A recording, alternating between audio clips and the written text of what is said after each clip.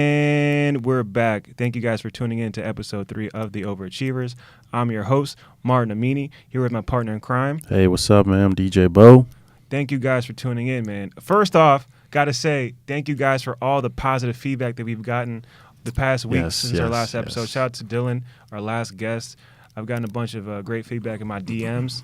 You know what I mean? A lot of DMs, people sliding my DMs. Did anyone slide in your DMs, Bo? Nobody slid in my DMs. No one slid in your DMs? Nah. All right, guys, listen up. All you single fellas out there, go ahead and slide in Bo's DMs. I don't want dudes in my DMs. That's what you mean? You're a podcast personality now, dog. You're a man of the people. With great power comes great responsibility. I guess.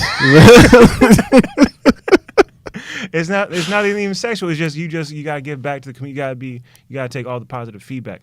And on that note, all the single ladies, slide in my DMs because I'm wow. These are just jokes, but seriously, hit up DJ Bo, man. Thank you guys, man. We had a lot of fun on the last episode. Very excited about today's guest. Before I get into it, man, I want to recap with DJ Bo and how his week went. It was cool. I did a wedding. I mean, okay, nothing crazy. Wedding season. Yeah, it's wedding season, so got a good check off that. What about you? How was your weekend? She was crazy, dog. I was gonna start off by saying last Wednesday what I thought was gonna be the big story was me doing a private event. I did a nonprofit show. It was a Latin award show. They had me MC it, and it was like a nightmare situation for comedy, where it was just like a bunch of round tables and high ceilings. No one's there for jokes. They're just there to just support this charity. And they were like, all right, now for entertainment, give it up for Martin Amini. I just go on stage like, yeah, hey man. And I was trying to start off like, cause it was an event for, to promote rights for immigrants. So I wanted to start off with something heartfelt. I was like, man, give it up for the charity was Ayuda. So I was like, give it up for Ayuda, man. It's really it means a lot for me to be here because 30 years ago, my mother came to this country from Bolivia, and now I'm standing on stage here entertaining you guys. So that makes me feel so good inside. And I was like trying to get a little something going, like 8 out of 250 people clap for that. And I just immediately knew like, okay, this isn't going to be this is not going to be a fun 8 minutes. And I just like, as I'm on stage trying to like tell a couple jokes, like one of the producers of the event came up to me with a piece of paper, and she's like, "Is like a acknowledge Mr. So and so?" And I'm like, Jesus. And I was like, I would like to. Halfway into my set, I had to make a joke. I was like, damn. I was like reading it like they're telling me to get off the stage, and I have 1 minute left. This isn't going with I try to make they laugh. Yeah. But I was like, no, but for real, shout out to this XYZ for donating money. Are you guys ready for some comedy? And then I brought up Wendy Robleski. She killed it. She did great. I caught a bit of that on your IG Instagram story. Yeah, the Instagram story. Thank you for everyone who watched it. Everyone was like messaging me, like laughing at me and everything. But it turned out good. The highlight of this past week was probably Saturday. Saturday started off going very well. I did a show at the Draft House. Then made my way to Big Hunt for the Late Show. I was like going up 5th. The night was going good. I walked in. I see Lafayette on stage murdering. Yeah. I'm like, okay, it's going to be a hot night. I get on stage, excited. I got some new material I'm running, getting ready for June 14th. And I'm just like going into my bit. And all of a sudden, just like there's like these two ladies in the audience who are just, it seems like they were just getting an argument.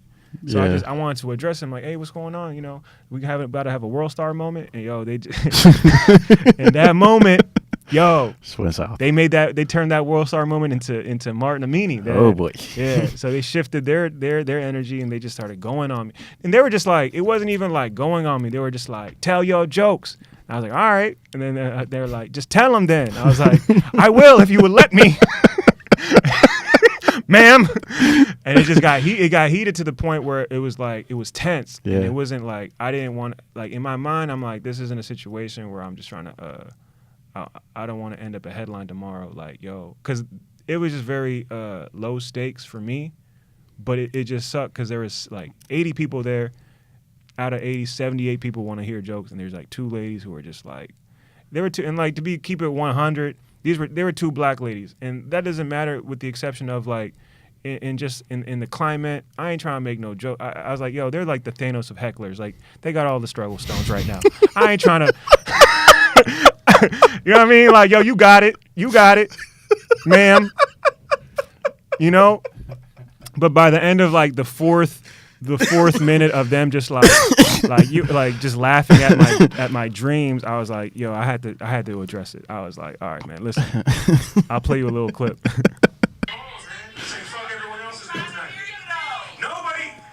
Nobody here fucks with you right now. Clap your hands if you don't fuck with them. We don't like you. Nobody here likes you. No, everyone likes me. Yo, clap your hands if you fuck with me. Okay. Clap your hands if you don't fuck with them. I had to go back. Yo.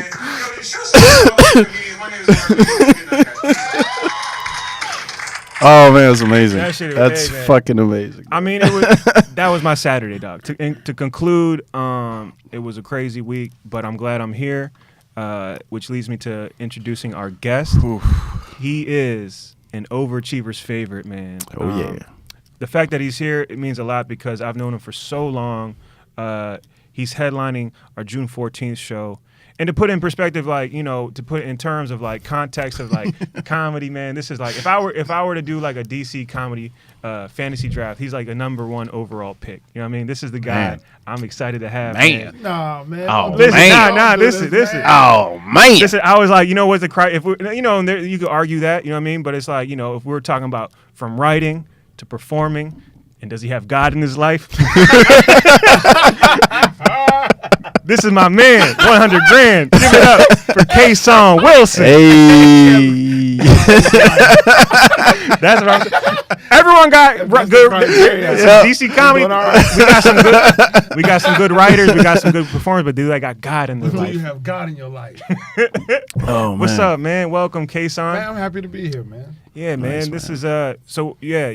I played my little audio from this is my past weekend. Yeah, that happened. I just want, you know, it was just, do you feel me though? Like there's not in 5 minutes. Obviously, every comedian has his way of dealing with it. In that moment, I was just like, man, I ain't really, for real, I was not in the. I was like, you got it, man. I just didn't want to ruin it for because I was 5th, so there was 13 other comics after me. Yeah. You feel me?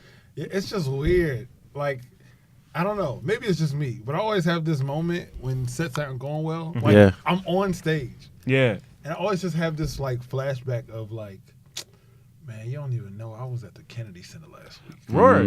Like, Bruh. you don't even know. I mean, it doesn't matter. It doesn't matter. Like, to the 30 people who are there, they might be drunk and whatever. At one point, to them, it doesn't matter. At one point, I was like, yo, I'm on TV. And they're like, what channel? I was like, True TV. And they started, and I was like, I deserve that. But it's like, wait, but it's TV, though. Right. You know what I'm saying? Like, it's just an ego thing. But, you know. No, you're right. No, I mean, people don't. They look at us on stage and they don't realize the sacrifice we've made to even be in that position of like just telling jokes at Big Hunt, like just straight up, just like, yo, I'm here to entertain. But they don't. They just seem like they were just. They were out for blood that night. They were like. Yeah, black hecklers are a little different. Yeah, it was. That's why I was like, yo, you got it. Yeah. This is a different. At one point, I was like, yo, should I? I was like, Arnie's like, yo, should I engage with them? They're like, yeah. I was like, man, y'all trying to set me up, man. Y'all ain't. Yo, it's just weird, like, especially like black women.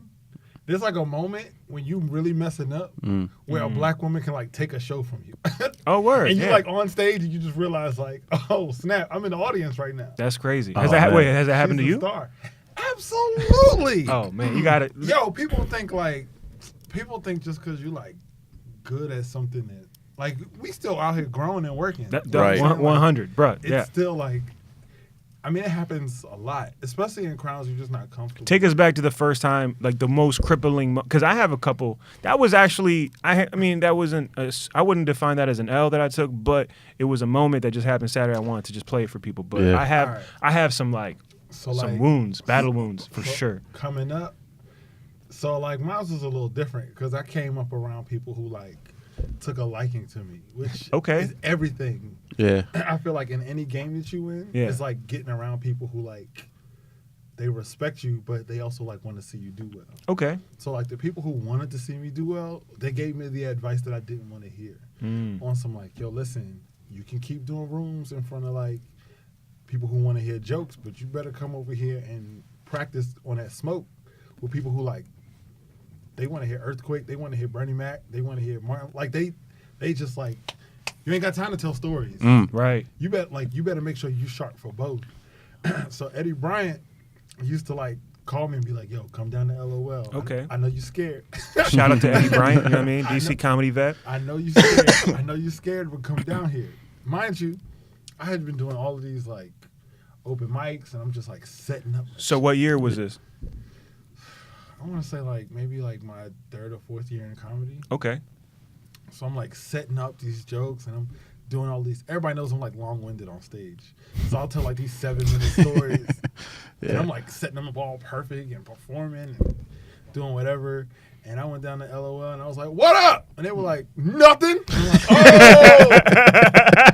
You get like this system of how like it goes. Oh, bro, yeah. Like you perform, like all right. Listen, y'all talked about it with Dylan. Like when you perform with the improv, it's like it's like, you know, that's where comedy lives. You know what I'm saying? Right. The ideal place to see you.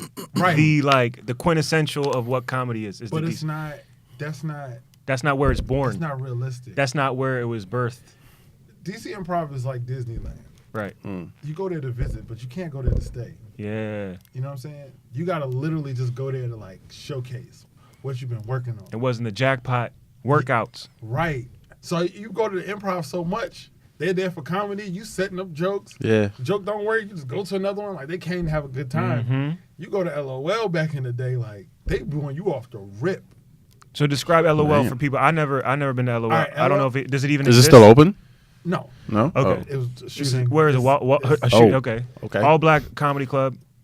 All right, so there was a club. There's a club upstairs. I don't remember the name of the club. It was just Where was it? Waldorf or Temple Hills. Temple Hills? Okay. It's like some Temple Hills, Maryland. Which for people in DC, it's like just go to whatever hood. Like Suitland. Yeah, you know, like when the hood people want to leave the hood, but then they all make another hood out of wherever they go. This is just a Like, secondary hood. The hood getaway. Yeah, it's just like the hood getaway. It's Yeah. for people on parole. Okay. So it was a club on the first floor, but they made a comedy club in the basement. Okay, that's dope. Yeah. It's not. Because all right, so let's say like the first show will start at 8:00. Yeah. You good, but the club opens at 10. Right. So the headliner gets off, and he's like, "Yo, I got some new people who are ready to go up." Yeah. So they throwing you up, but you upstairs with like, with like DJ Bo going like ham Yeah. upstairs. You know what I'm saying? Like it was like that. So you fighting music. It's Yeah. like you fighting everything, and you had to literally go in there and punch. So there was like a bunch of times I just like bombed. So what happened? Like, tell us one moment where it was just like, because I have a story like from Flavor Lounge 2012, my 3rd time going up ever, and I went up there as a first, because you understand. So like this was the most valuable lesson I ever learned, because I went to a predominantly black high school. So in my mind, I'm in DC, Northeast DC. Flavor Lounge is torn down now, but R.I.P. Flavor Lounge, but all black audience. So in my mind, I'm like, oh, I'm good. I grew up around all black people. They're gonna fuck with me. No, they don't know where I'm. They don't know anything about me. And this is the first time I go on stage super because when you start comedy, all you have going for you is your confidence. That's the only thing driving you. You don't got no you don't got no well-written material. You don't got no 5 years stage experience. It's the love of comedy. It's just the swag of like, yeah, I'm gonna tell y'all these jokes. And I was like, yeah, growing up, I never wanted to do comedy. My dream growing up was to open up a hookah shop. I was gonna call it I Hookah You Up. Yeah. Oh, y'all don't. Word, okay. Well, and they just stared at me and they're like, nah. They were laughing at me, and I was like, yo. I remember this is a joke that I regretted telling, but this is what I opened with. I was like, yeah, man, I just moved back from LA to DC, man. I noticed there's 2 types of people in DC. 2 types of people. Gay or gangster. That's it. And for the first time in my life, I met a gay gangster, a double G. Yeah. And I said, yeah, at the end of it. And they just stared at me like, where is this going? Yeah, I And was remember like- that. And I was like, yo, that's the punchline. You were there? No, I just remember 'Cause I this used to- joke. My first year of comedy, yo, my material was like, bruh, it was so bad. But okay, this was the lesson learned. Because I was doing it at like RFD and like other like welcoming spots, and I would get, I would get, I would get these like, I would get laughs off the like, The off, double G. off the charisma, off Yeah. the charisma and the smile and the yeah. Yeah. People were like, Yeah, oh, okay, yeah. that was the punchline. We should probably give him something for that. Yeah, yeah. Yo, Flavor Lounge are like, nah. They were like, just staring at me. And they just, I walked off. They're like, yo, double G. Oh, like you was a gay gangster? Yeah, I was a gangster. It was so bad because I knew it was bad because I got a phone call from Danny Rolando, comedian at the time, calling me, asking me if I was okay. Damn. Because it was like that. It was like I got off. It was like deer in headlights. It was the first time I told a joke and got nothing. I didn't know how to handle that. So I remember just like my voice started getting all crumply. Yeah. And I was like, and then another thing about the gay gangster is Damn. it was bad. It was rough. But then it was like, okay, and that was like heartbreak number 1. And then you just like, it just compounds, and then you just like learn how to just keep moving. Right. And then you get to a point where like you get to nights where like, yo, you yelling at me, but I know for a fact that not everyone hates me. Yeah. I've been in rooms where everyone hates me. I know what that feels like. Everyone likes me. Clap your hands. If you clap your hands Playback. if you like me. Now clap your hands. Nobody if likes you don't, you. nobody likes you. My name is Martin Amini. It's the greatest exit. Oh man. So like, all right. So for me, it was like probably one of the biggest learning experiences of my life. After this conversation, and I appreciate these shows the most. Yeah. Like Eddie literally like sent somebody else on stage to host for him so he could like talk to me. Damn. And be like, yo, let me hip you to what happened. Let me tell you what just happened. I was always like the dumb guy. If it was like 100 people listening, but it was like 2 people at the bar talking, I would be like, hey, everybody in the back. Yeah. I'm up here. And Yeah. he's like, what are you doing? Like, the people in the front row, they're paying attention. Yeah. Like, tell the jokes. The laughter will be contagious. Yeah. And I'm over here like, yo, what's good, bro? There's a comedy show going on up here. He's Yeah. like, I can't tell. And then all of a sudden, like, I've lost the whole crowd. You know what I'm saying? So he was just like, yo, like, what were you doing? Yeah. Why are you trying to do crowd work? They were listening. If they're Right. listening, you can tell jokes. Right. As long as you had the majority of the room, Yeah. you got them. I would rather get booed off stage than to perform in silence. Word. 100%. I feel you. No, I feel that because at least they felt you. At least 100% at least of the they time. feel you to the point where they decided they don't like you. They're like, yo, we're going. We all made a decision. We as all a made crowd. it. We all unanimously. That's See, this is why I felt like comics are so extreme, man. Because like y'all need some kind of reaction. because that's a proper Like, L. You know what I mean? Yeah. That's a proper. I'm going out and that's, in honor. It's like a first date. yeah. Like, would you rather your date just come to the table like, listen, I know we ordered, but let's just cancel the order. It's just not gonna work out. Or for somebody like you trying to start a conversation the whole night and they're just looking at you. Yeah. I guess Yeah. you're right. Like, yeah. So what's your favorite color? yeah. It's gonna evoke some type of emotion. Yeah. It's like, That's why you see comedians just spaz out and they'll be like, and they start. Yeah. Yeah. It does bring the worst out of certain comedians, but I mean, in Kasaun's case, I know for a fact it made him strong. Kasaun's one of the few dudes in DC that can go on stage literally for 2 hours and kill, not exaggerating. And I feel like just by watching Kasaun over the years, I've seen him level up. But I feel like there's like two comedian Kasaun. there's like DC Improv Kasaun, Yo. and then there's like church Kasaun, and the people don't know like. The two it's like 2 gears he's got. He can you feel me on that? Do you no, I know what you're saying. because I've seen him in 2 different The elements. description sounds funny. It's just like there's two levels. I mean, obviously there's more layers to it, but like I've seen Kasaun is the only comedian I know that has like at least 90 minutes of like just straight church material, like straight yeah. fire church material on like biblical. He got the biblical. It's weird because I know I grew up in church. Right. Yeah. Like, That's natural. that's more natural to me than coming in and talking about race. Even though like I'm really passionate, like Of course. Yeah. about race and race relations and what's going on in the news. Like I could go on stage right now and just start talking about the stuff. Like church is all I know. So You like, were brought up in the church. Like, Your pops is a pastor, yeah, like that's what I know. and your grandfather was a pastor. Yeah. So that's like it's in Yeah. your bloodline. my mom was a Sunday school teacher. My grandmother's still a head deaconess at 87. damn, Like, wow. You know what I'm saying? Like It's in his blood. It runs deep in the blood. I went to Howard, and that's when I was like, oh snap, it's like a whole world out here. Yeah. But that's why even right now, like I'm still trying to grow to the point where I'm like, man, I got to talk about like my marriage. I got to talk about Yeah. Word. other stuff. It's gonna happen. That's all I know. That's why Yeah. I like the DVD, like doing shows at Howard and stuff. Like, I Yeah. get to talk about like growing up in church. It's like, whew. All right, cool. Yeah, but that's a side that we don't. Most That's the age of 9. people listening who've maybe seen you on stage a few times at our show, or maybe they haven't, or the DC comedians who definitely have seen you but haven't seen that set of yours. It's a whole nother type of set, which I've gotten a chance to see only because I've done gigs with you out of town, and we on that Christian comedy circuit together. Yo, you know what I mean? Bo, no lie, yo. Yeah. Yo, Martin came up to me. We did a show in Virginia.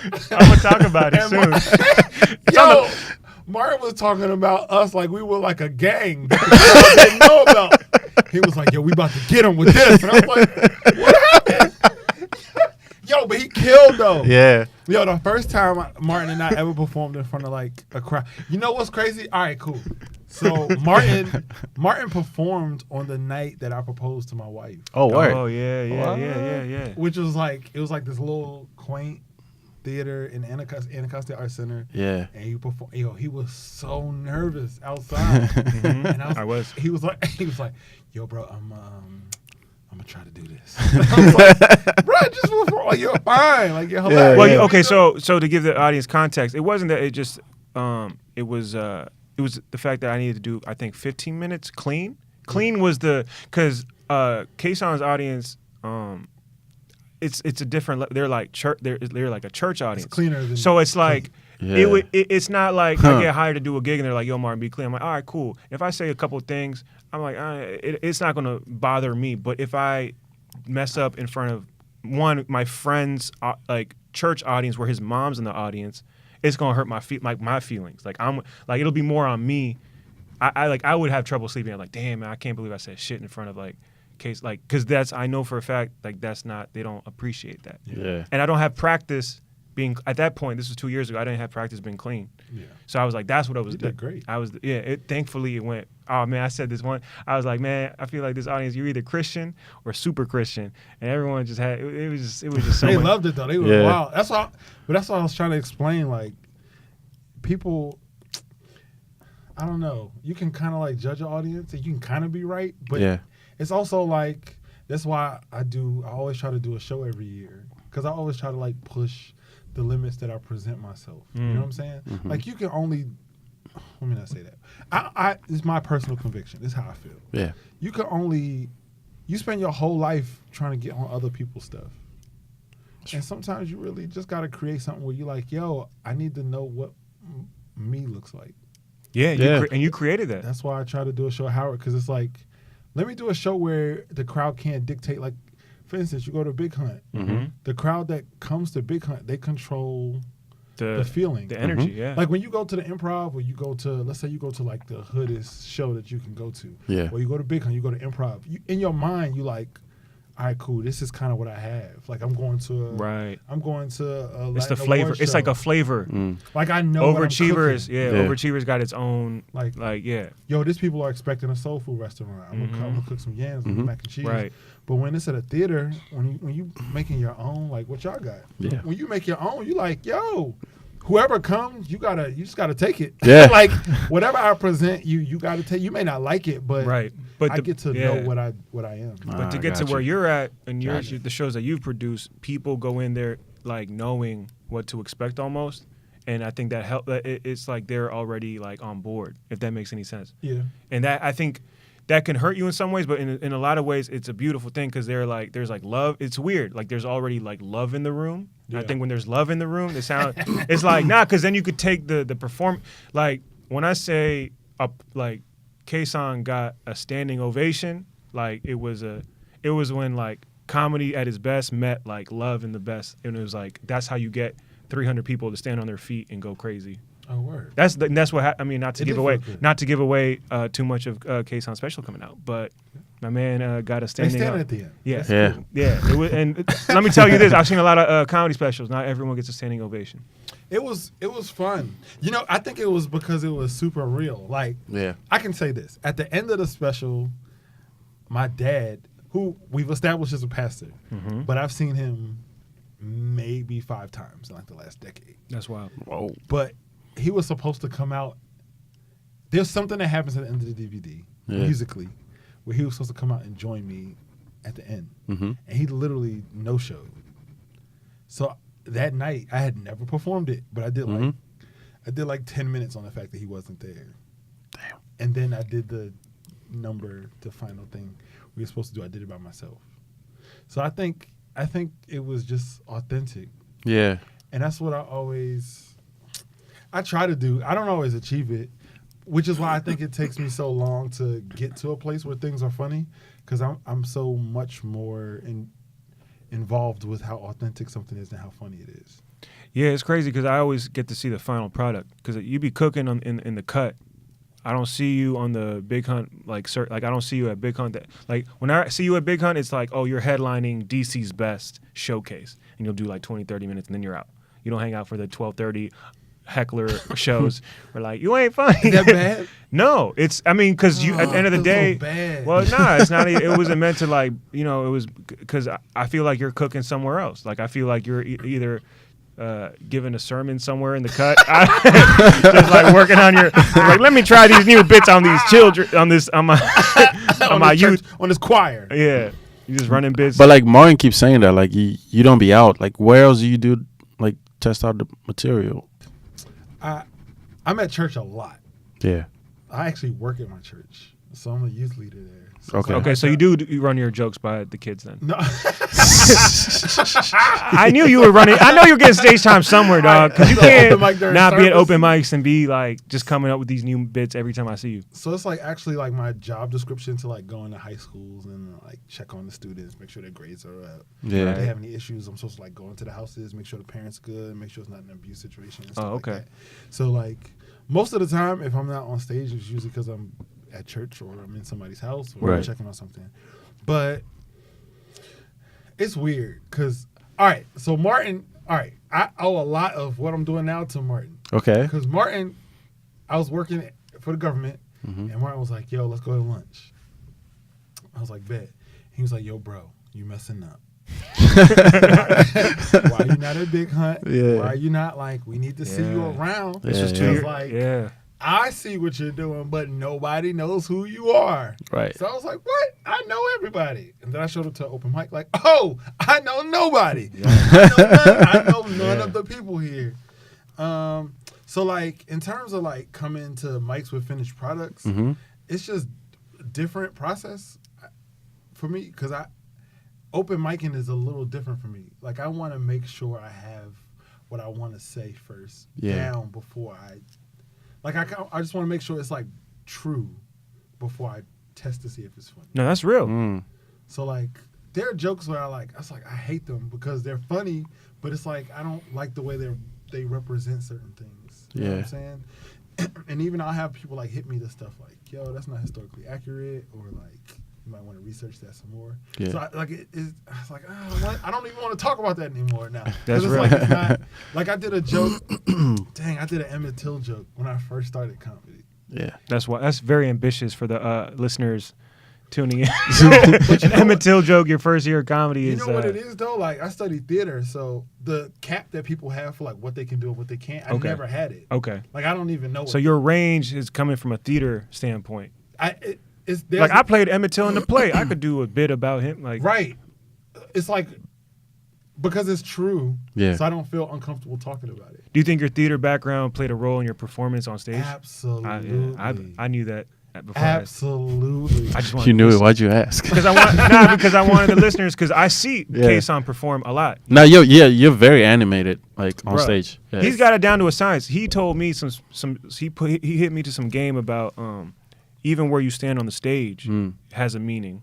Like when you want, like when you move to the center, when you want it's like when you move. It has a meaning when you move So when you move to the right a little bit. Just Yeah. naturally, you read left to right. Right. So the most powerful place on stage from a performer standpoint is downstage right, because that's where the point where you Say that one. Yeah. Say that one more time for the. I know there's like at least. Listen up. lot Listen of up. comedians Take listen. notes. Listen to that. Somebody's gonna come up with an article like absolutely not true. Actually, Dave Chappelle was like some stupid comedian. I feel my whole special upstage left this idiot. but that's a theater. That comes from the theater. So like downstage. Yeah. So you read left to right. Right. So like naturally the eye catches things left before he catches it right. Right. So if a performer's facing the audience, the most powerful place for you to stand, if you want to start talking about something, would be Yeah. downstage right. Yeah. And then when you want emphasis, you stand centered. So when you're doing like a heartfelt moment, that's Yeah. center. That's I'll center. I'll come back center. So like the shoebox killer joke. Like Yeah. I'll most of the time always tell that center stage with the mic in the right. Bro, Wow. we did. Kasaun and I Man, did. We did some a show. science to this. No, huh? that's, Yeah, no, yeah, no, it's that's pretty real. dope. And I told this to Bo earlier, but Yeah. like we did a show in Woodbridge recently together, and Kasaun is one of the few comics who can make you cry laughing, and make you cry like in a most heartfelt way, because he'll go from like material to then he'll just tell you a story about, you know, have a family moment that'll be so like just heartfelt. Then you're like, damn man, I just got teary eyed. Like that's like a testament to his just performing ability. You know what it is? I've been fortunate, like I was saying earlier, I've been so fortunate to have people who like hit me to the game. Yeah. And in the theater background, like my professor Al Freeman, he said something that literally shapes everything I do. And I promise, it sounds so stupid and so simple, but it's so right. He's like, yo, listen, you gotta perform from the understanding that the audience has no idea what they want. Damn. Yeah. Only you're in the way because you know what you want out of it. Right. But they don't know. Like if people come to a comedy show, It's a blank slate. they have no expectation. Yeah. Just to have a good time. So he's like, yo, if you want to tell a story in the middle of the show, you Do can. it. The audience there's nothing for them to be like, what is this? Yeah. Right. The program says, like, there's no program. It's like, it's comedy show. Right. That's real. So like the concept of like what? Why are you telling a story or heartfelt or what? Where do you go Yeah. from there? Like they know nothing. We're Yeah. the only people who know what's supposed to happen. Yeah. That's crazy. Isn't that wild? That's kind of tight. Yeah. But if you think that way, it opens you up to be like, because a lot of times we'll be in a place like, you know, like you have your set list, you Right. know the transition. Right. They have no idea what the transition is. Right. They Right. They don't care That's that real. you seamlessly like segued into the next joke. They Yeah. just know.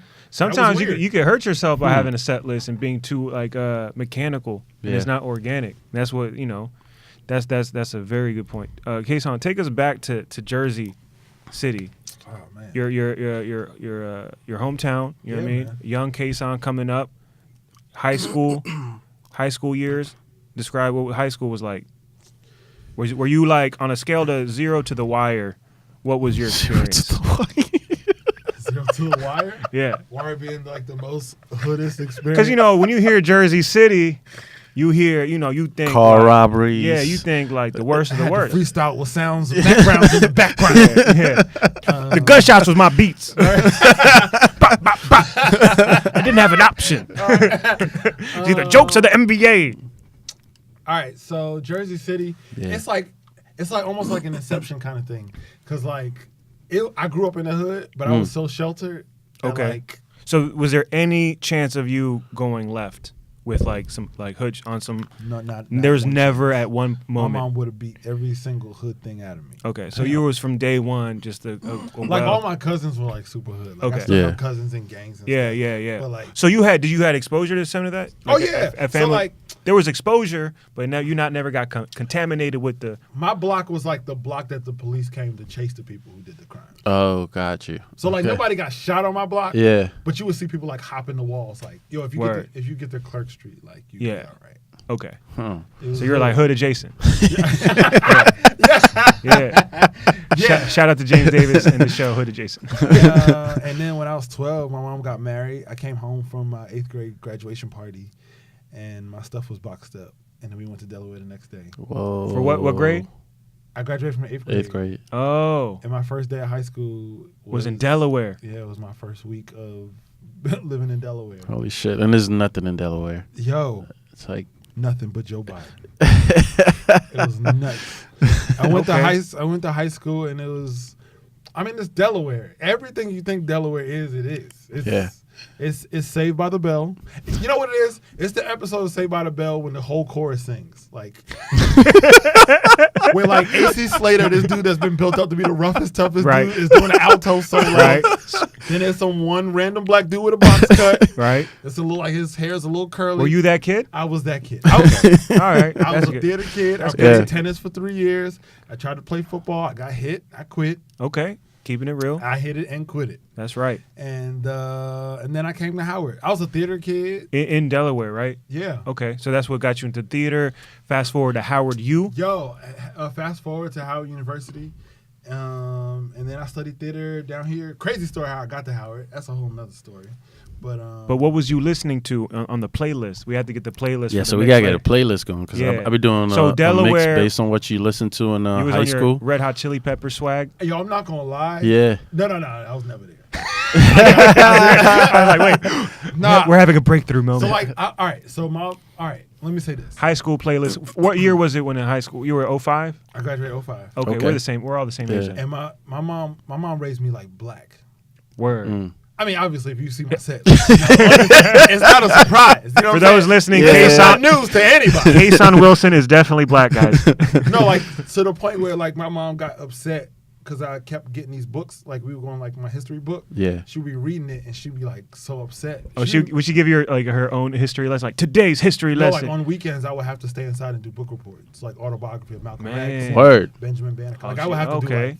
like during the summer, like I Yeah, did yeah, not yeah. play outside. Word. I would have to stay in and do book reports before I can go outside. Like, Jeez, yeah. It was like OD. Yeah. So playlist, high school playlist. All right, so I feel like when we went to high school, it was like an ill time in life. It was. Like, It was. Yeah. we were cool when Chappelle Show was cool. That's Bro. real. Yeah. Like you can't take that away from me. Nope. You can have it live in color. You can have Martin. I'm Right. good, bro. Yeah. When the Prince sketch came out, I was there, bro. Yeah. Like I was in gym Yeah. class the night after, like Yeah. like when he stepped on the couch. You know what I'm saying? So Yeah. so I am all right. So my high school playlist, I feel like this is just me. You know Nah, what I'm go saying? ahead. Yeah. I'm a big Busta Rhymes fan. Word. Okay. Nelly and the Saint Lunatics were a Bruh. big Hey, deal. we'll just Huge. talk about If you that play too. Yeah. Chingy right there, right now, bro, like I'm good. You know what I'm Yeah. saying? And I feel like at the tail end of my high school career is when like D4L Laffy Taffy started. Like Ooh. the South movement. Howard, yo, Dum, dum, my, dum. my homies Dum, at Howard. dum, dum. Take the left. Yeah, I don't know. I Yard still have Fest no at idea. Howard with the Laffy Taffy would go crazy. You just see. Yo, Yardfest in general was Yeah. nuts, bro. That was I went to Yard Fest once and Laffy Taffy came on. That junk was like everyone was in sync. I was like, this is the coolest shit I've ever seen in my life. Nothing will make you feel blacker than watching like 10,000 black people just dance. Yeah, Swag surf. I was at Yeah. Just, I- yeah. yeah. It's just nothing like it. I was at the 2012 Yard Fest at the time I was filming it, and I was on stage. And that I don't know if you remember the 2012 Yard Is that Drake? Fest. Yeah. Yes, that was the year. Yes, it was. Drake pulled up, Meek Mill. I opened up for him that year, Beanie, by the way. Hold on, wait a minute. What? Just saying. Just saying. You were on Yardfest that year? I didn't do Yard Fest, but we were doing a show with my boy Dez at a stadium, and Drake and Future were like headlining the show. Well, it was actually Future headlining. Drake was like a special guest. Like we didn't even know he was coming. He just popped out of nowhere. But Yeah, I opened up for these. it was for wild. these, it was pretty. Yard it Fest was is crazy. pretty For tight. anyone, the Yard Fest is like the Howard Homecoming. Every year they do it on campus, and it's the biggest names. Biggie rapped about it. Yeah, Yeah. yeah. Like, come on. It's crazy. Biggie rapped about it. And so during Howard, that's when you started dabbling in comedy. Yeah, yo. So, my third year, my acting professor was Al Freeman Jr. Mm-hmm. He's the guy that played the Honorable Elijah Muhammad in Spike Lee's Malcolm X. Oh, Word. word. That was like my Yeah. acting professor. For Oh, the last shit. 2 years. That's like my mentor, bro. Man. Was he So- the one with the squeaky voice? Yeah, Yeah. yeah. He had a very distinct. Is that how he talked in real life? 'Cause No. that's a very distinct. But he's like a beast actor. He has like Yeah. Elijah Muhammad didn't talk. Did Elijah Muhammad talk like that? Similar. Okay. Yeah, it's So very he's. similar. I would imagine. Yeah, he did his. Because once he got older, you know. Oh, Yeah. word. But That's a cool. I didn't know that at yo, all. super ill, bro. That is tight. ill. Yo, when I tell you, like, I can literally tell you nuggets he told me my whole life. That's got to give you confidence as a student when your teacher was in one of the best, just films, Autobiographic movies autographic like ever. directed by one of the best directors, All right, so Spike Lee, quite the opposite. Denzel Washington. Quite the opposite. Okay. So like, he gave you such a humility for working that you never. So like in his office, his NAACP award for Malcolm X Yeah. was like under papers, Word. like the dustiest thing in his office. And we like, yo, Yeah. you have you have an NAACP image award, like you beat Denzel for your award. Like, why do you not put it somewhere? And he was like, yo, I did the work. I don't need the award. Damn. I like that. that. Yeah, no, I like that, man. And he's like, yo, Shit. Did he So- teach Chadwick Boseman? Yes. Was Chadwick your class? No. He was way before. Chad was like 45 or something like that. Damn. Word, okay. He's way older. Oh, wow. Yeah. But, so like, I mean, he would give like super nuggets all the time. Yeah. So like, That was pretty profound what you just said. That's wild. I was like, I did the work. No, I he's don't like, need yo, the the award. work Yeah. should be your award. Like, he's always in the mindset. That's why I'm just want to tell all the people at open mics. I did the work. I don't need to talk about being on television, even though I do every chance I get. I'm on True TV. Yo, we would do like monologues in his class, and we would finish the monologue, and everybody would be like, "Yo, you killed it! That was dope!" Yeah. And he'd be like, "Yo, come to my office after class." And I'll come to his office, like that's when you got your chest all poked out, you ready? Right. Like, finally, he been riding me all semester, bro. Like I finally killed this monologue. And he was like, "You happy with yourself?" Like, what? Oh He's like, man. "Are you happy with yourself?" I'm like, yeah. I was actually pretty happy with myself. And he was like, all right, well, can you do a Broadway run? Will you do that same exact performance 200 days straight? Then come see me. Damn. It's like,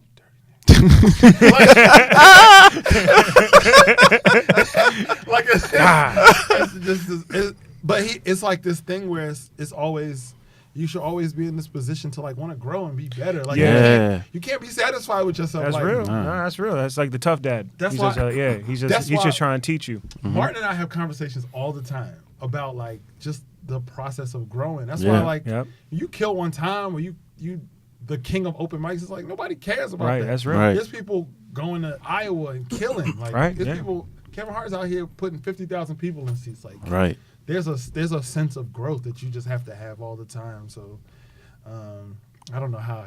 No, it was all. Yeah. They're all gems. But all gems. Nelly, Busta Rhymes. I think Put Your Hands Where My Eyes Can See.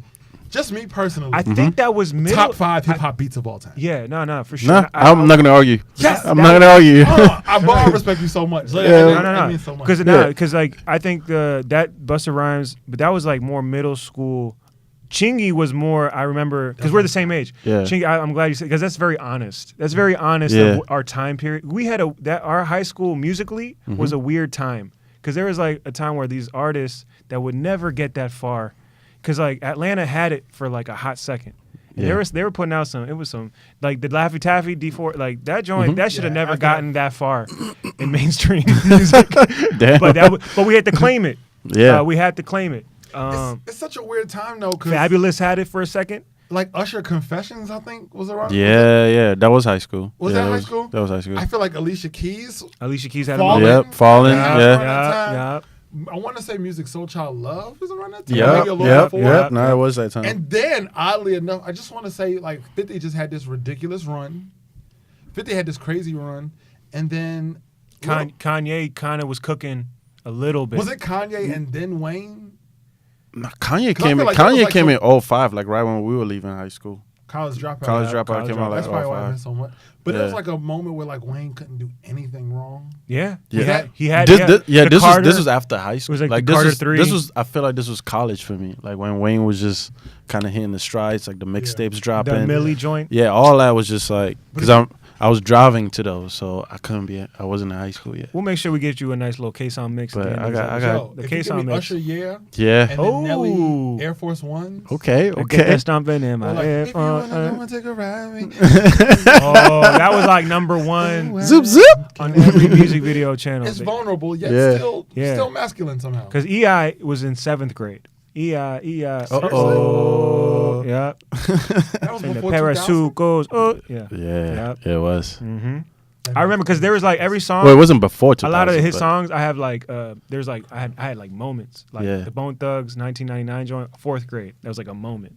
Lauryn Hill, the Fugees, Yeah. the Fuji, the album that when the drop, it was like Fuji that was Fuji Light. That was my 4th grade experience because that was my older brother would introduce it to me. So I remember like dates very specific because Yeah. that's like I remember when Biggie died. It was 97. Like I remember not knowing who Biggie was, and then someone telling me Biggie died, and then learning who Biggie was the moment he died, and then learning about his music. Yeah. You know what it is about Biggie that people don't realize? Mm-mm. Biggie has the best after death introduction in hip hop Oh. history. Yeah.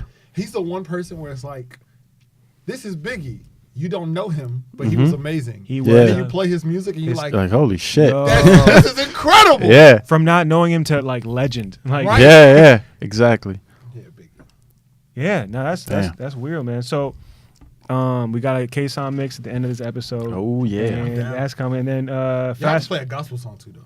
Okay, Kirk Franklin. So any Kirk Franklin Kirk Franklin. Why shit? does Like everybody just like you guys? I was driving and I was like, the yo, go-to. No, I got. Was it Mary? Did it gospel? Mary Mary right? had a joint. Yeah, I Kirk remember. Franklin is like the No, token no. black gospel artist. Like if there's a such thing. Everybody's like, I got one. Kirk Franklin. Like Mary is dope. Ty Tribbett is dope. I don't know. Oh yeah, you just got But I remember Mary though. Do your I had some Googles. joints. I had some joints. yeah, Bo, do some JJ dig. Hairston. I mean, JJ Hairston. Yeah. I get y'all hit. All right, give me Yeah, it, man. We covered the open mics, we covered the trenches. Now we got to fast forward to the accolades. The Last Comic Standing, Kasaun appeared on NBC's Last Comic Standing. I want to say in 2015. Yeah. Yeah. The season when Roseanne Barr was the judge with Norm Macdonald and Keenan Ivory Wayans. That's crazy, Wanda son. Sykes produced it. Wanda Sykes, and I know you got a Wanda Whoa. Sykes. You had a Wanda Sykes moment. Yo, it was nuts. Yo, I promise I'm like so weird. And I know it. It's not that you're weird. It's just that you're just a comedian, and most comedians have these quirks that we don't get. You know, besides like unless you're on a podcast talking about it, no one really. We don't have. It's not like I go out and hang out with comics and have these like in-depth conversations about what was you listening to in high school, dog. Like we don't have these I never have these conversations. It's just stuff that just be like different to me. You know what I'm saying? Like, you know, like the comic syndrome where you're like, hey, how are you? And they're like, I'm good. That's I did right. 3 shows at the Improv. It's like, Yeah, that's right. But Yeah. that's, how are you, bro? Like, Yeah, is your but see- grandmother dying? Like, how are you as a person, bro? Like, Yeah. what's wrong with you? but that's regular because we be at the same. It's like Groundhog's Day. We wake up, we do our routine, we wait till 8 o'clock hits, and then we check in at the local spot that we're gonna run our material. So it's like routine, and a lot of us see each other every night. So we just, for me, as long as we keep it like respect, everything's respectful. That's ideal. That's as good as it in my book. That's as good as it gets. Now, when you want to talk about how's your, that's like we do. I think naturally we don't delve in because it's like, all right, what's going, like, you know, this is a little bit, you're asking a little bit too much right now. Like we at the office. Yeah. This ain't, you know what I mean? This ain't this ain't the time to really, you know. But why do you say like that? Like you're weird for. Yo, because with the Last Comic Standing experience, people asked me like, how was it? Yeah. And it went by so fast that my biggest nugget, my biggest takeaway from it is actually talking to Wanda Sykes after the fact. Yeah. Like doing the show itself, Yeah. it was great. I mean, being on that show, I still haven't watched it. Like I can't watch myself on TV. I hate What? Because it's like, I just hate it. You know what I'm saying? Yeah. It's the equivalent of The Rock watching a wrestling match of his. It's like, I know what happened. Right. We rehearsed it. Right. Like, it just happened so fast. Like, literally, I was on the same season as, like, They flew you out to LA. Yeah. I Oh mean, wow. yeah. Yeah. Audition at the DC Improv. Got Yeah. it. Flew you out. You're in front of Roseanne. Norm So, Macdonald there we are. and Keenan All right. Ivory Wayne. Yeah. So we're at Universal Studios at John Levitt's Comedy Club. I'm auditioning. Mhm. I have to do usually you have to do like the local callback. But they called and said, yo, we want you to do a producer's callback in LA. Can you come back? Yeah. I'm like, all right, cool. I'll come out.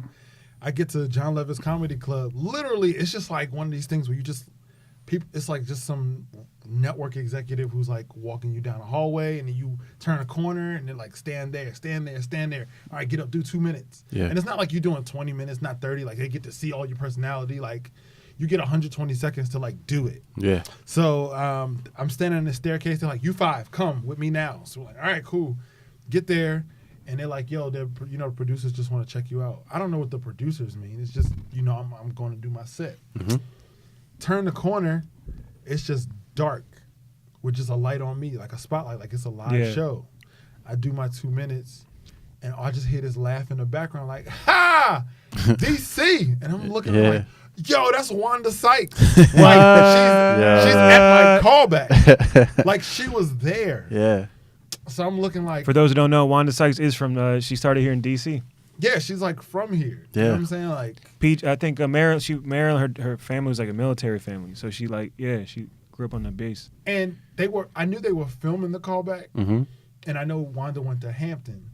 Dope. So I wore my Howard sweatshirt thinking like, yo, if they record it and she just happens to see it, Yeah. maybe that might be like something where she would pay attention to it. Right. So she's like, Howard, I went to Hampton. But this is before I'm doing my set. So I'm like talking, I'm like, ma'am, I love you so much. But please, because you're going to make me bomb just talking to you. I'm not going to remember nothing. Like, so I do the set, leave. The lady's like, you did such an amazing job. Yeah. Da, da, da. She opens another door. She's like, thank you so much for your audition. I walk out the door. I'm outside. Like, that was it. Yeah. Like, no, like, we'll call you. Like, literally, she opened the door. And I was like, oh, should I go in here? She's like, yeah, you should definitely, you should go out this door. And I'm outside. Like, I'm like, no lie. Exit Hollywood. I'm in the standing line for Fuddruckers. No, like, no lie. Like, I'm legit, like, no, it was a Johnny Rockets. So, like, I'm in the Johnny. I walk out my Wanda Sykes experience, and I'm, like, in line to go into Johnny Rockets. So You're selling burgers now, son. yo, it was so ill. So I go back to the hotel. I'm like emailing the producers, like, did I do something wrong? Why did y'all just kick me out? She's like, the audition's over. Like, Yeah. I get back maybe like 2 months later. I get just a random call from an unrestricted number, like, welcome to season 9. So I'm like, yo, that's dope. Damn. They're like, yo, we'll let you know. I don't hear nothing for another 2 months. Yeah. And they email me like, some guy calls me. Well, not some guy, but a producer from NBC calls me and is like, hey, when you trying to leave? I'm like, excuse me? When do you want to fly out? Yeah. I'm like, all right, I'll fly out on Tuesday. I'm like, all right, come on Tuesday. Get there. It's cool. Nice hotel, all that stuff. But like with stuff like that, like it's hard for me to enjoy it. Because it's like I know I'm here to do something. I'm here to do a thing. Yeah. Like I'm not here to like. That was your first TV experience. Yeah. So that was like I think the first time was always all so new to me. It was all And that's what Laugh Tracks was kind of like for me. But they take us to the studio and put 25 of us in a room. Yeah. And I'm sitting there with like Dominique and Rob Hayes and like all these people, and then they're like, all right, you 5, come on, and then they mic you up. And I'm literally standing backstage with like nothing, just people walking by, camera people, just nobody's acknowledging you. And then somebody hands me a mic and is like, yo, Anthony's gonna ask you a question. So Anthony Jeselnik, who's hosting this season. He's like 5, 4, 3, 2, 1. They throw me out there. Anthony's like, give it up for this dude from DC, Kasaun Wilson. And the dude's like, come on, go. And I'm like, wait, this is Last Comic Standing? Like, am I doing Last Comic Standing right now? And I go out, I do my joke. And it's almost unreal. Yeah. Like, that's not Keenan Ivory Wayans. Like, that's not Roseanne. What time was it? Maybe like 4 o'clock in the afternoon. 4 o'clock in the afternoon. He's performing 2 minutes for a packed theater Of actors. But like people. Yeah. Extras. Yeah, extras. So, clapping, cheering. and they give you your critiques right there. Keenan's like, you're a great writer, you're a great performer. I just want to see you do da-da-da-da. Roseanne is like, da-da-da. Norm Macdonald's like, can I give you a tag for your joke? And then the producers are like, clap, clap, clap, clap, clap, clap. We need more clapping. And then we walk out, and it's the same door I walked out for that audition. And I was outside, like, just in some random place. And then a bus. And then you find out who the top 10 was. And it was a wild experience. So long story short, it was between me, Rob Hayes, and LeVar Walker for the top 10 in our group. LeVar gets it. And they're like, thank you so much. They have to do like press with the top 10. Yeah. And, like upcoming season stuff. So the rest of y'all who didn't, kind of move on, y'all can get in the van and they'll take y'all back to the hotel. So the van is like honking like, yo, can you come on? Like everybody else is in there like all depressed. They're calling their mom and telling people they couldn't comedy. So I was like, I didn't come this far not to like talk or network or talk Right. to people. So I was like, yo, I'm not leaving until I talk to Wanda. Right. So they're like, she's the executive producer. You just can't talk to Wanda. I'm like, I'm not leaving until I talk to Wanda. Like, bring her out here and let me talk to her. So I end up like running inside and she's like standing there. I'm like, hey, you saw my whole set. Like, what did you think? And she was like, yo, was this your first time doing TV? And I was like, yeah. And she was like, all right, cool. You got a lot to learn. You're funny, but you're not here to be funny. Like when you do TV, like you did one long joke. You did a 3-minute joke about having a made-up black name.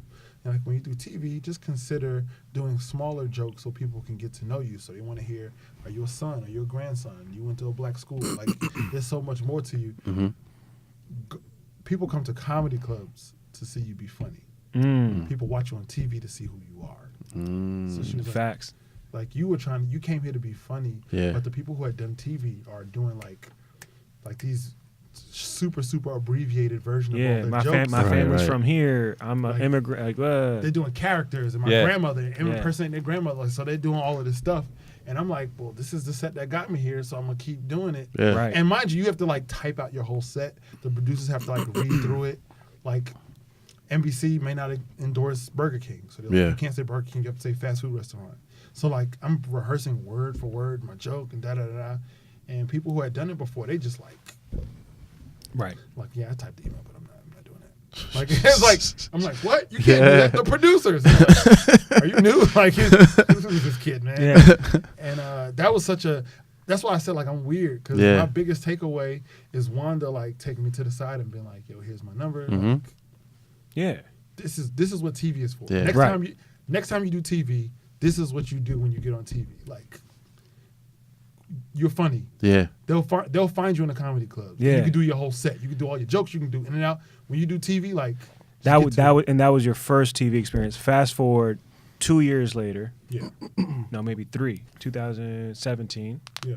You auditioned for True TV's Laugh Tracks. Yeah, that's nuts. Bob Sumner's new show. We auditioned for. We auditioned here in DC. Talk to him. You know. Now the audience knows I've talked about Laugh. You know, I got a couple. Tell those 2 black ladies you did Laugh Track. Right. Don't tell me. I knew I was there. Nobody fucks with you, but Bob Sumner fucks with me. Young man, we're gonna give you a call. We'll be in contact. That's what's up, man. Shout out to Bob Sumner, man. That was Laugh Tracks was an experience too.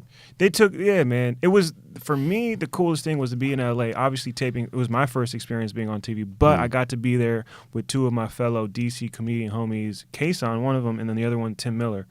That was like, it was special, man, to be like, like in a room filled with other comedians from across the country, New York, LA. Yamanika Saunders was there, Rachel Feinstein was there, Red Grant, Mark Vieira. It was like an all-star, but I'm there with like my homies from like RFD and the Draft House, and we just like, we in the trenches. Wasn't that nuts, bro? The whole thing, getting the shape up, getting like makeup done, wardrobe, but it was cool. I was very fortunate that I had you guys there.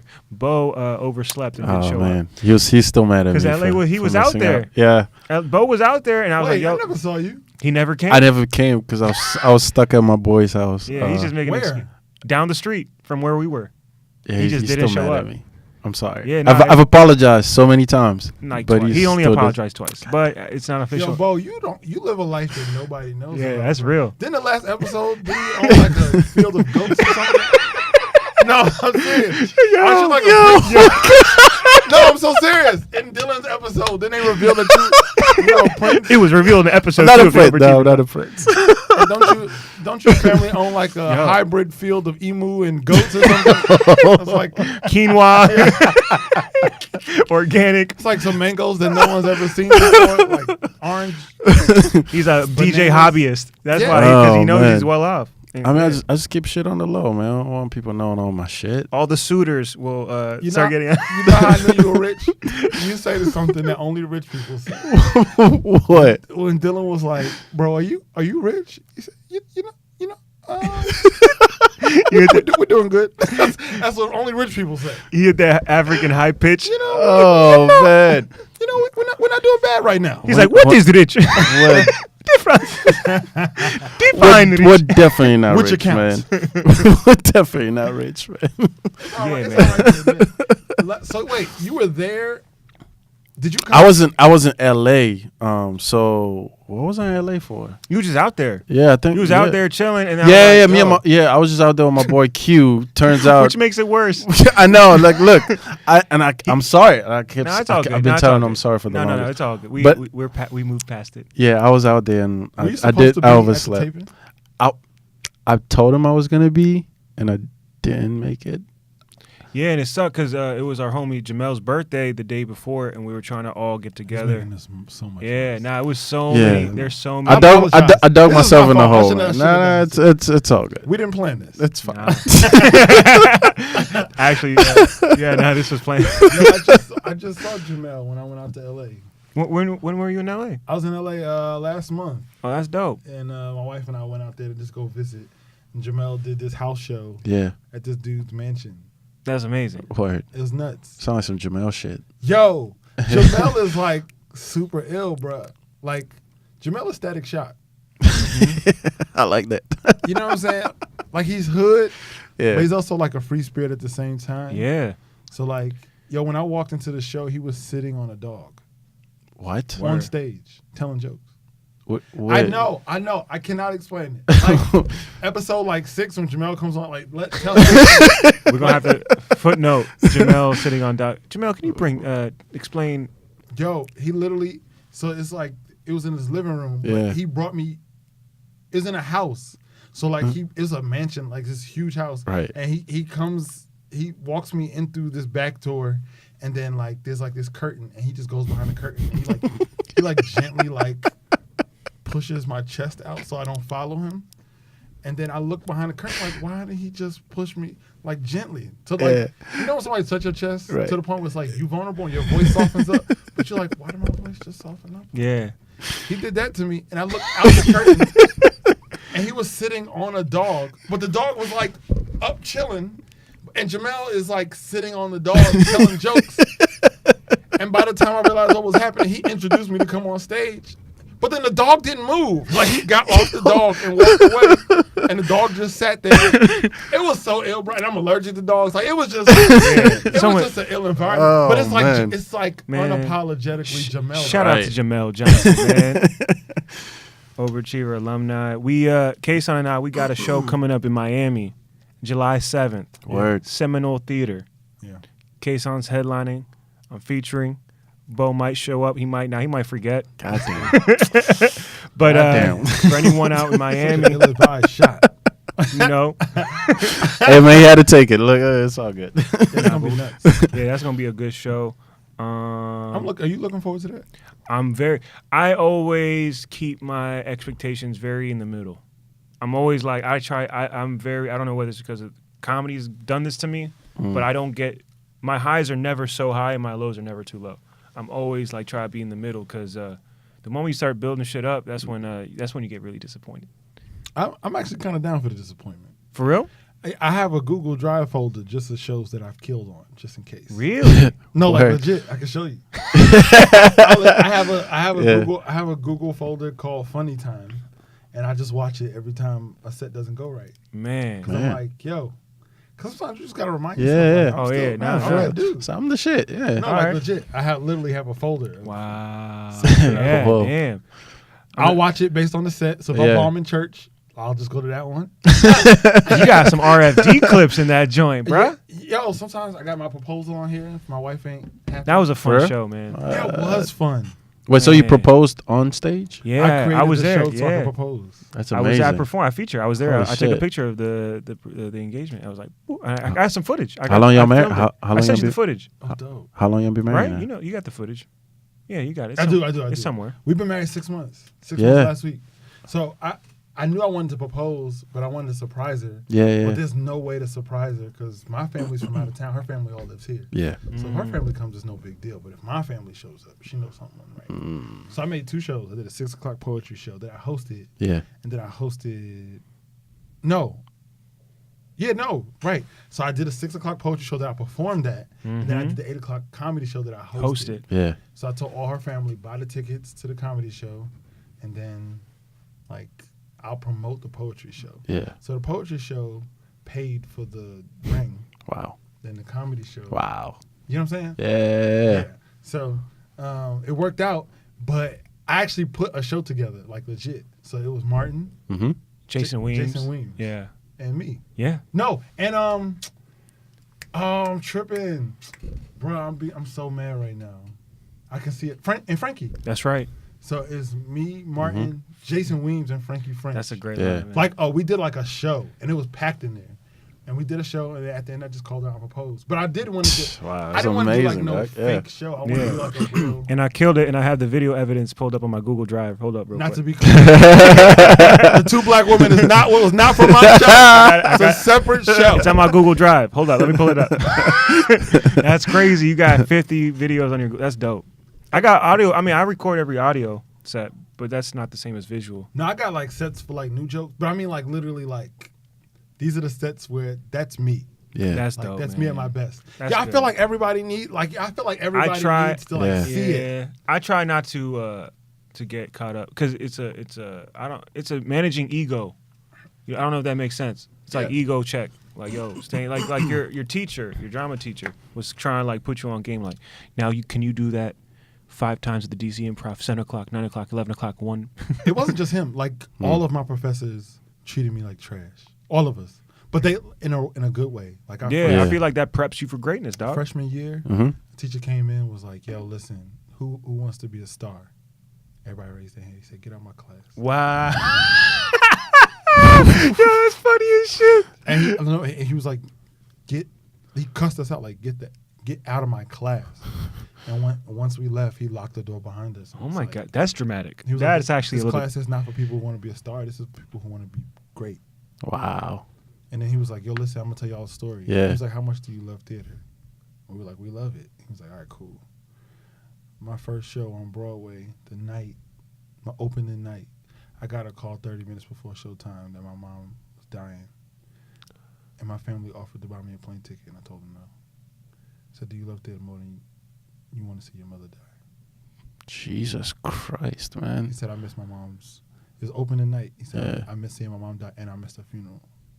Because it's my first show on Broadway. I know I wouldn't get it again. Do you love it that much? Whew. That's what he said the first day of class, First day of orientation. class. Yeah, that's Yikes. On some like it's heavy. we just left. He's like, and he's God like, he's like, damn, I that's was heavy just, as he's like, fuck. yo, I was just bullshitting y'all. I'm just saying, that was a test. Test number 1. Nah, he was so serious. Like, shout out to Timmy Ray James. Like, Yeah. legit, my mom had just dropped me off like 8 hours before. Wow. Damn, I'm walking in and she was like, man. I didn't see my mom die for the show. Do you love it that much? If not, then get out and change your major and find something you love that much. But you know, see what I'm saying? Yeah. Like that's, Yeah, no, I get it. that mentality is what keeps somebody like Martin Amini like hitting up open Right. mics every night, Yeah. getting better, Yeah. getting great. When you can sit on your laurels or you can act all indignant, but it's like Yeah. stuff like that is what keeps you working because you got people out here achieving greatness and they don't care about it. And, Right. and for me personally, it's like that's why I'm able to big up like comedians like you, because I actually like I was able to watch and learn from comedians like you. People look at me like, yo, they want what I'm like, bro, there's so many levels to this shit. Like, Legit. I've learned Legit. from Kasaun, just watching. I've come to you and be like, dog, what books do I like? I remember a couple years back when I saw after your special, taping. It was like 2 years ago, and I just watching your like 110-minute performance. It felt like it was like 120. It was almost 2 hours. Almost 2 hours. The raw. You talking about what we did at Howard? Yeah. I just watched it. It was an hour and 49 minutes. Yeah, it was crazy. Like I ran out, like my memory cards were like, it was like no, but like it was like the shit. The batteries were running, like the memory cards were dying. It was crazy. It was some wild shit. But seeing him on stage for like damn near 2 hours and crush like that, it was. I was like, bro, like how do I even start to get to that level? Like I'm trying to get my 10 minutes, 20 minutes, 30 minutes together, 40 minutes together, and it's like, but there's like a level of performance I'm trying to get to. And he was just like, man, he gave me some really good advice, some like books to read, and like since then, I mean, I've been trying to get more. You've been really growing, bro. You like low playing it for real. Like, nah, but I was trying to make there's a level I'm trying to achieve. Like, bro, we were on the same TV show. Like, what are you talking about? Like, yo, you see how he just trying to like. That's why in the beginning I was like, you're not gonna give me no accolades. The last TV show I did, you went up first before me. Like, nah, but Kasaun is the guy he's the guy in DC, man. This was a dope. Thank you, man, for doing this. Yeah, man. I want great having you, bro. I want to promote. Using this? Do we get something? No, this is fire. I want to promote your. We can't talk. Can we talk or we can't talk about what's coming up for you? We can talk about your special. Yeah, we can talk about do we have a date? August 4th. August 4th. Kasaun's special's coming out. It's called My First Crack at It, live at Howard University. Nice. Please look out for that, man. Make sure you follow Kasaun. What's your social? Who directed it? Oh, directed by yours truly. Okay. You see how you trying to swell? You know what I'm saying? People don't even know about the film background. They don't even know about that. I haven't really touched on that, but that's gonna come.